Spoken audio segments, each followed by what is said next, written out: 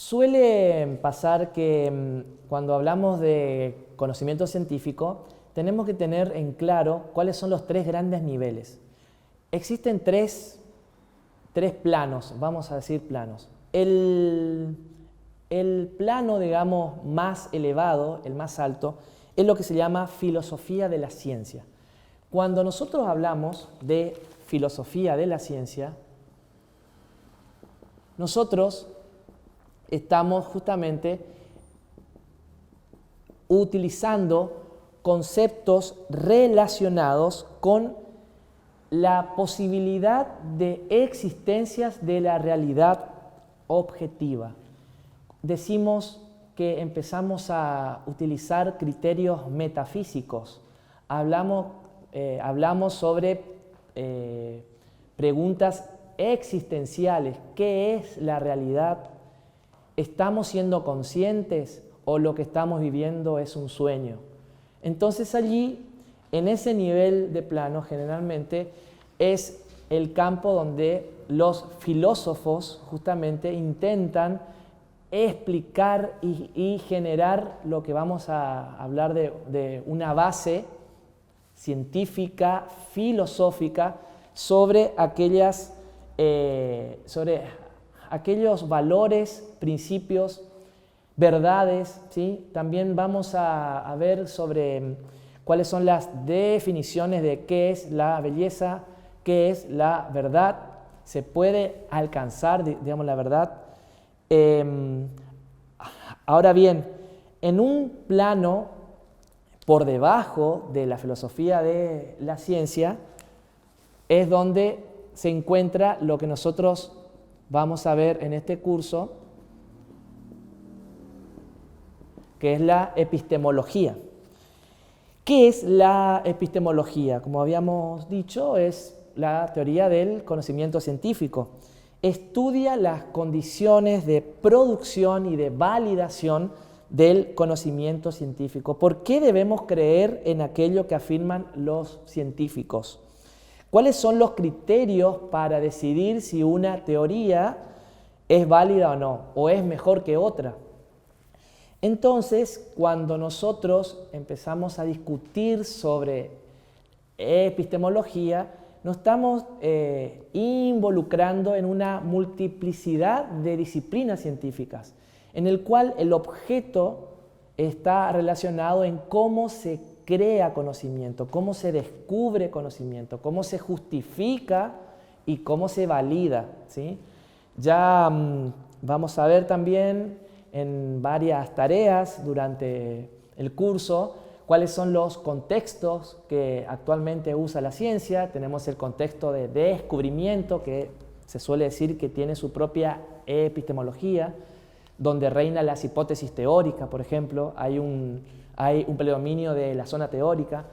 El contexto de justificación, donde justamente hay un predominio de la base empírica, donde la prueba está relacionada justamente con que los elementos de la zona de la base empírica, que son los datos empíricos, tienen una importancia fundamental para poder justamente validar o corroborar las principales hipótesis que nacen en la zona teórica, y el contexto de aplicación científica, que actualmente también hablamos de un saber tecnológico, donde la tecnología es un campo dentro de este contexto de aplicación que no es más que el saber práctico, es el conocimiento aplicado a resolver problemas diarios.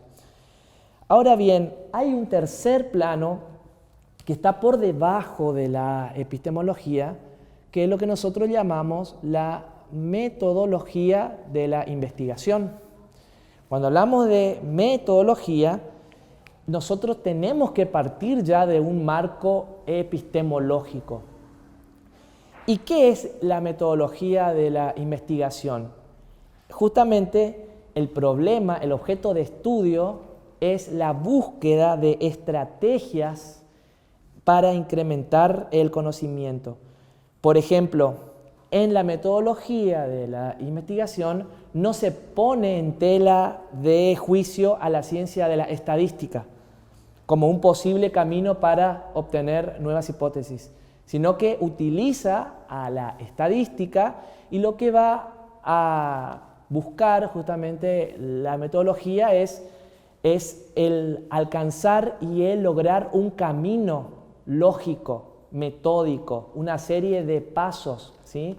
Justamente la racionalidad de la ciencia tiene que ver con la sistematización de pasos, que sean pasos ordenados, claros, y también con el uso de la lógica. Nosotros en epistemología vamos a hablar cuando un conocimiento, una conclusión de un cierto conocimiento presenta condiciones de garantía de verdad. Entonces vamos a hablar de qué es una premisa, cuando hablamos de un razonamiento incorrecto y de un razonamiento correcto. También vamos a hablar sobre los tipos de falacias, ¿sí? Bien, ahora bien, es conveniente también decir que en el campo de la epistemología tenemos que diferenciar lo que es la verificación con la corroboración. Nosotros vamos a decir que un enunciado, que es todo conjunto de términos, es un conjunto de palabras, conjunto de términos en el cual podemos afirmar la verdad o su falsedad, eso es el enunciado. Vamos a decir que un enunciado está verificado cuando se ha probado su verdad. Como hemos hablado, probar la verdad es distinto a no poder probar su falsedad, ¿sí? Entonces, presenta un punto muy fuerte, hay un condicionamiento muy duro, muy rígido en utilizar la palabra verificación. Es decir, hemos probado la verdad, la correspondencia entre la zona teórica y la base empírica, entre nuestro pensamiento y la realidad.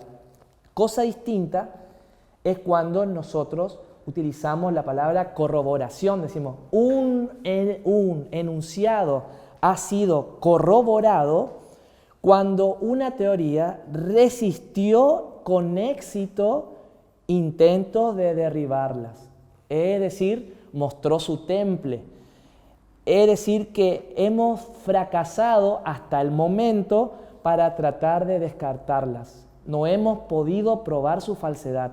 Entonces vemos que el uso de la corroboración es mucho más débil, tiene que ver más con la concepción de un conocimiento hipotético y provisorio. Ahora bien, cuando se utiliza a la estadística como un marco para poder probar conocimiento, se suele utilizar la palabra confirmación. Entonces vamos a decir que el enunciado ha sido confirmado. Cuando hablamos de una confirmación, estamos asociando a la idea de confianza. Existe confianza sobre el enunciado y la confianza tiene vinculación directa con la probabilidad. Entonces, con cierto margen de error o bien con un cierto margen de confianza, con un intervalo de confianza, podemos ir del 90%, del 95%, nunca del 100%, porque si la probabilidad es del 100% es porque se ha probado su verdad. Diríamos que está verificado, pero como no podemos justamente comprobar la verdad y utilizamos a la probabilidad, que generalmente decimos que se deriva del campo de las estadísticas, vamos a decir que el enunciado ha sido confirmado. Esto se basa mucho en aquellas disciplinas científicas que utilizan la teoría del muestreo, cuando es muy difícil o inconveniente por una cuestión de recursos, tanto materiales humanos como de tiempo, el poder hacer un estudio a toda la población. Nosotros vamos a seleccionar una muestra que se deriva de esa población a una porción del conjunto total, y cuando hablamos de esa posibilidad de extraer a un subconjunto, esa muestra tiene que ser representativa. Y es allí donde la teoría del muestreo, dentro del campo de la estadística, menciona diversos tipos de muestreo, pero todo se basa siempre en la probabilidad y en el margen de error en el cual el investigador esté dispuesto a tolerar.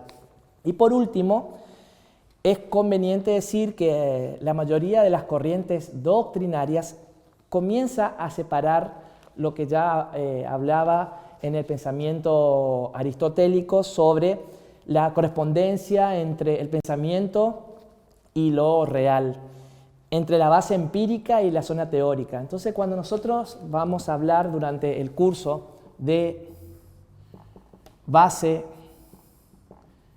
empírica, nosotros vamos a decir que toda base empírica va a estar compuesta por objetos directos. Estos objetos directos no son más que todo aquello que puede ser observado, ¿sí? Es la captación de un objeto directo que en los seres humanos es el sentido de la vista, el sentido de la visión, pero también en el campo científico estamos hablando de los instrumentos necesarios para poder, entre varias cosas más, el observar. Cuando hablamos de observación, nos estamos refiriendo en un sentido amplio, es decir, en todos los sentidos del ser humano. Y bien, cuando hablamos entonces de esta base empírica, es conveniente decir si existen tres grandes planos, la filosofía de la ciencia, la epistemología y la metodología, también vamos a hablar de tres tipos de bases empíricas. Una base empírica filosófica, una base empírica epistemológica y la base empírica metodológica. Claramente la base empírica filosófica es todo aquello en el cual existen datos indubitables para los filósofos, ¿sí? En la base empírica epistemológica, decimos, es cuando pone en duda a las teorías científicas y analiza críticamente los procedimientos y criterios de validación o de justificación científica. Y en la base empírica metodológica, decimos, son aquellas teorías presupuestas que los investigadores aceptan sin cuestionar porque lo utilizan como un instrumento, como un medio. Esto significa, por ejemplo, si yo quiero probar la distancia o el movimiento probable de un asteroide, en la base empírica metodológica yo no voy a poner en duda las propiedades y las leyes del uso del telescopio. Sí lo voy a hacer en la base empírica epistemológica. ¿Cómo funciona el telescopio? ¿Cuál es la teoría de los espejos? Pero una vez que yo acepto cierta base, para poder construir conocimiento, siempre tengo que estar, digamos, sobre algún cimiento, tengo que poder pisar. Yo no puedo construir conocimiento en el aire. Una vez que yo asumo que la teoría de la óptica, de los espejos, del uso del telescopio es correcta, voy a ir al tercer plano, dijimos, a la metodología, y no voy a cuestionarlo. ¿Por qué? Porque no se puede generar conocimiento científico si se cuestiona el todo, ¿sí? Porque si no, después lo único que vamos a poder llegar es a lo que hablaba el gran filósofo René Descartes: pienso, luego existo. Que eso está también en uno de nuestros videos y como contenido, es decir, ¿por qué llegó a una verdad? ¿Sí? Porque el cuestionarse de todo, ¿sí?, genera justamente el caos y la duda.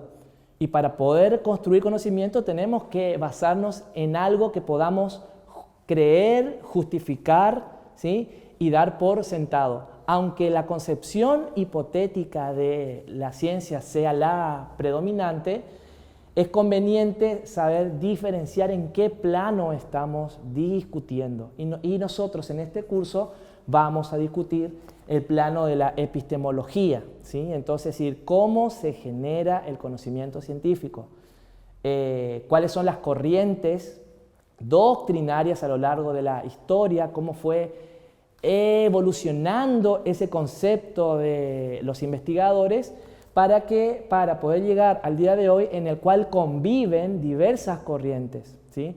Y es conveniente siempre conocer cuáles son las ventajas y las desventajas, las limitaciones, los alcances, porque creemos justamente que un doctorando tiene que tener una apertura mental, tiene que ser plural, metodológica y epistemológicamente, y es por eso que nosotros en este curso vamos a ir tratando de integrar y de dar a conocer todas las corrientes históricas y actuales del pensamiento científico.